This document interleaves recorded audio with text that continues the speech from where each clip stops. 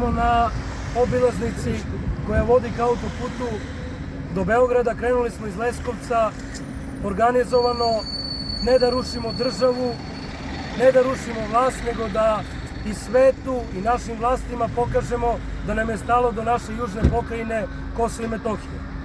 Krenuli smo na moleban gde smo imali od samog početka, od lebana, zaustavljanje policije, praćenje od strane policije, na železničkoj stanici u Leskovcu gde smo se dogovorili da zajedno krenemo putem Beograda i tu nas je pratila policija. Čim smo izašli na magistralni put, policija nas je zaustavila i poslala na tehnički pregled, vanredni, ali ovo nije slučaj samo u Leskovcu, već i u svim gradovima širom Republike Srbije.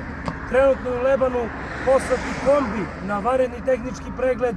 Iz Prokuplja je krenuo kombi koji je takođe zaustavljen. Verovatno je i u celoj našoj Srbiji tako. Verovatno naša vlast je uzurpirala i policiju i na svaki mogući način želi da zaustavi narod da večeras u Beogradu ne odu na moleban ispred hrama Svetog Save i naznačavam, mirnim putem šetaju Beogradom i pokažu da nam je stalo do naše južne srpske pokrajine Kosovo i Metohije i da zajedno svi pokažemo našim takozvanim prijateljima sa zapada da nam nije stalo do tog nemačko-francuskog plana ili ultimatuma o južnoj srpskoj pokrajini, odnosno o takozvanoj Kosovu kao republici.